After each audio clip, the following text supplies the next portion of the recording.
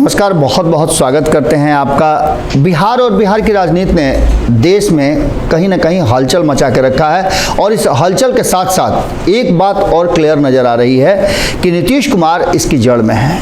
नीतीश कुमार को लेकर के कई तरह की बातें कही जा रही थी।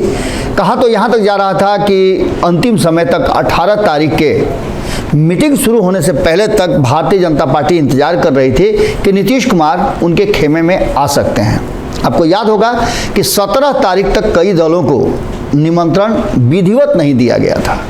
हालांकि मौखिक रूप से कई लोगों को बता दिया गया था और 5 दिन पहले तक असमंजस की स्थिति बनी हुई थी कि आखिर होगा क्या। इसके पीछे का कारण था कि नीतीश कुमार ने एक खिड़की खोल करके रखी थी और उस खिड़की के रास्ते ये संशय था कि कहीं नीतीश कुमार उसमें प्रवेश न कर जाए। इन सारी बातों को लेकर के अब जो सामने नज़र आ रहा है उसमें एक बात तो क्लियर नज़र आ रही है कि जिस तरह से 12 घंटे से 24 घंटे के अंदर में स्थितियां हुई हैं, जिस तरह से घटनाक्रम बदला है, वो साफ बता रहा है कि एक बार फिर से नीतीश कुमार ने ये फैसला कर लिया है कि वो क्या करेंगे। अब इस कहानी में एक नया मोड़ आया है और ये नया मोड़ है कि आपको याद होगा कि जब हरिवंश से बंद कमरे में मुलाकात हुई थी नीतीश कुमार की, जो राज्यसभा के उपसभापति हैं, तो ये संभावनाएं व्यक्त की जा रही थी कि नीतीश कुमार एक बार फिर से अपना मन बदल सकते हैं। हरिवंश से बातचीत हुई, उसके बाद कई तरह की खबरें आई। खबरें यहाँ तक आई कि हरिवंश इस्तीफा देने जा रहे हैं, लेकिन ऐसा हुआ नहीं। तब भी ये बातें कही जा रही थी कि कहीं ऐसा तो नहीं कि नीतीश कुमार ने हरिवंश को एनडीए सरकार में उपसभापति बनाए रखने के लिए कहीं ना कहीं एक रास्ता बना के रखा है, जो कभी भविष्य में ज़रूरत पड़ी तो उस रास्ते के से वो एनडीए में प्रवेश कर सकते हैं। लेकिन अब इन सारी बातों पर पूरी तरह से विराम लगता हुआ दिखाई दे रहा है। आपको बता दें कि नीतीश कुमार जिस तरह से पिछले 24 घंटे में रिएक्ट किए हैं, वो बता रहा है कि नीतीश कुमार ने ये फैसला कर लिया है कि वो महागठबंधन के साथ ही आने वाले 2024 और 25 के चुनाव तक रहेंगे। लेकिन इसके अलावे अभी और कई हर्डल हैं। एक तरफ जहां जो नया गठबंधन बना है इंडिया, उसको लेकर के चर्चाएं चल रही हैं। नीतीश कुमार उससे नाराज हैं, ये भी चर्चा चल रही है। लेकिन नीतीश कुमार ने इन सारी बातों के से अपने आप को बिल्कुल अलग करते हुए कहा कि कोई नाराजगी नहीं है। उन्होंने इस गठबंधन की शुरुआत की थी, उन्होंने इसका पहल किया था और ऐसी स्थिति में उससे नाराज कैसे हो सकते हैं। लेकिन बिहार में नाराजगी की बात करें तो एक चर्चा जबरदस्त चल रही है कि नीतीश कुमार पर यह दबाव बढ़ता जा रहा है कि वो मुख्यमंत्री की कुर्सी छोड़कर राष्ट्रीय जनता दल के हवाले कर दें। नीतीश कुमार क्या करेंगे ये वक्त बताएगा, लेकिन नीतीश कुमार के पास अब भारतीय जनता पार्टी के तरफ जाने का रास्ता जो है तत्काल तो चौक कर दिया गया है। और ये हुआ है तब जब उपराष्ट्रपति के चुनाव के लिए 8 नामों में से हरिवंश का नाम अलग कर दिया गया। आपको बता दें कि इस फहरिस्त में कई नाम हैं, कई राज्यों के राज्यसभा सदस्य हैं।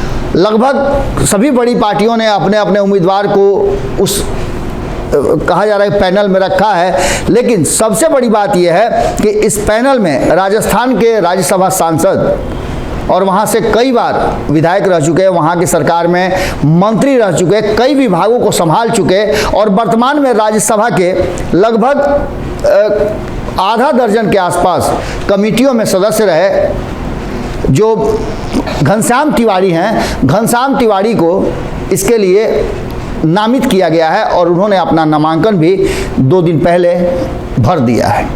इसके बाद से संभावनाएं ये बताई जा रही हैं कि क्या नीतीश कुमार और भारतीय जनता पार्टी का फाइनली पैकअप हो गया है और इसका असर बिहार की राजनीति पर क्या पड़ेगा।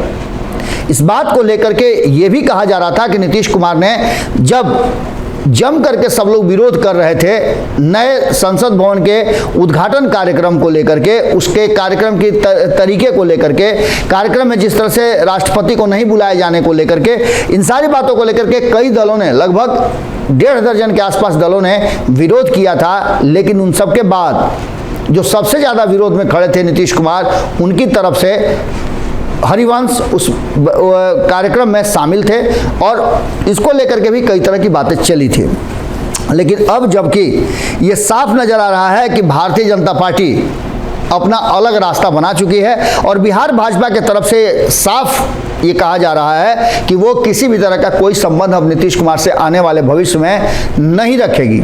इस बात को लेकर के अब कहा यह जा रहा है कि घनश्याम तिवारी का नाम लगभग फाइनल है और निर्विरोध उनका नाम घोषणा होना लगभग तय है। आज हरिवंश के भी भविष्य का फैसला होगा। हरिवंश को रखा जाता है या नहीं रखा जाता उस पैनल में, ये भी एक बड़ी बात होगी।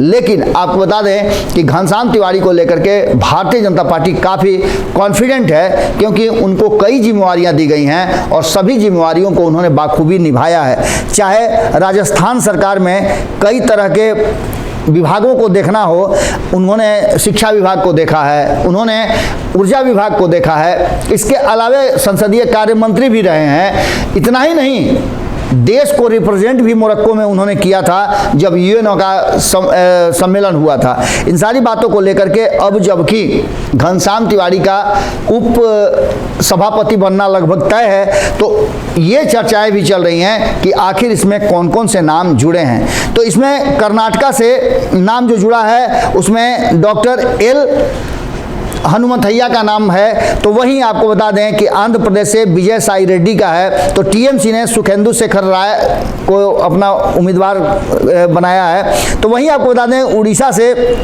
भी सुल्ता देव हैं। इसके अलावा फर्स्ट लेडी जो है नागालैंड की एस फोगनोन कोन्या, उनको भी इस पैनल में शामिल किया गया है। तो वहीं पीटी उषा, जिनको आप अच्छी तरह से जानते होंगे, उड़न परी के नाम से वो विख्यात हैं, उनको भी। तो एनसीपी की तरफ से डॉक्टर फैजिया खान भी इस पैनल का हिस्सा है। लेकिन इन सारी बातों के साथ साथ अब अंतिम बात यह है कि क्या हरिवंश आगे भी रहेंगे। उनके कार्यकाल का समय अभी 2026 तक बचा हुआ है, यानी कि 2024 और 2025 का चुनाव होने के बाद भी वो अपनी राज्यसभा सदस्यता पर बरकरार रहेंगे। इसका सीधा मतलब नजर आ रहा है कि कहीं ना कहीं एक बार फिर से हरिवंश वो सूत्र हो सकते हैं जो नीतीश कुमार का तार भारतीय जनता पार्टी और एनडीए से जोड़ सकते हैं। लेकिन वर्तमान परिस्थिति में जिस तरह की संभावनाएं हैं और जिस तरह से दोनों गठबंधन आमने सामने हैं, ऐसा नहीं लगता कि नीतीश कुमार के लिए कोई ऐसा पाथ है। अगर हरिवंश को आज उस पैनल से अलग कर दिया जाता है तो निश्चित रूप से आप समझ लीजिए कि पूरी तरह से रास्ता चौक है। लेकिन संबंधों को लेकर के हरिवंश काफ़ी मुखर रहते हैं और उसको निभाते भी हैं। तो निश्चित रूप से 2026 तक तो वो हैं ही, और इस बीच में कई उलट पुलट, कई तरह की राजनीतिक जो गतिविधियां हैं, घटनाक्रम हैं, वो होंगे। देखना दिलचस्प होगा कि हरिवंश की भूमिका क्या रहती है और भारतीय जनता पार्टी क्या फैसला लेती है। हमारी नज़र बनी हुई है, आपकी नज़र भारत लाइव पे होनी चाहिए। बहुत बहुत धन्यवाद। अगर ये वीडियो पसंद आई और वह बिहार के राजनीति और बिहारियत से सरोकार रखेनी तो सब्सक्राइब बटन दबा के चैनल के सब्सक्राइब कर ली। ओजे एगो घंटी बा, ओकरा बटन दबा देला से कुल सटीक और मारक खबर रुआ मुफ्त में मिल जाई। अगर रुआ पत्रकारिता के हमनी के नया प्रयोग में सहयोग कर चाहतानी तो ज्वाइन बटन दबा दी। पेटीएम नंबर नोट कर ली